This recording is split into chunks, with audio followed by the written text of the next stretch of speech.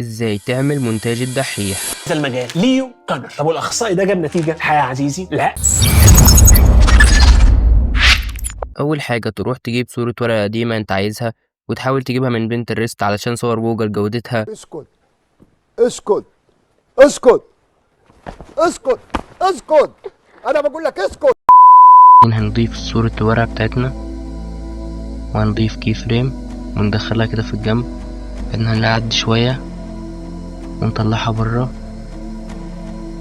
ونيجي عند الجراف ونعمل شكل الجراف ده، بعدين هناخده نسخ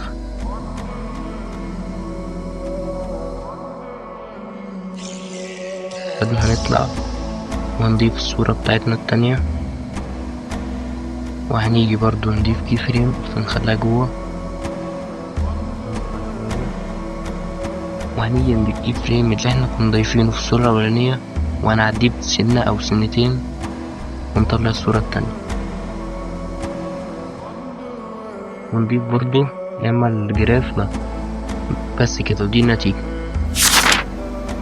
اللقطة التانية هنيجي ندوس على الزائد، ندوس على المربع وهنيجي ندوس هنا وهنخليه كبير على قد الكلام بالظبط وهنصغره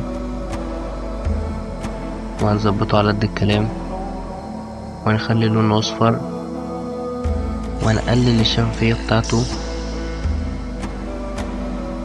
وبعدين هنيجي نخش على التأثيرات، نضيف التأثير ونبحث على تأثير مسح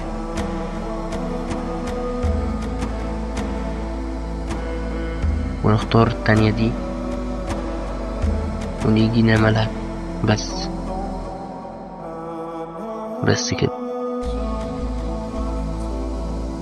كده كنا عرفتكم ازاي تعملوا لقطتين من مونتاج الدحيح.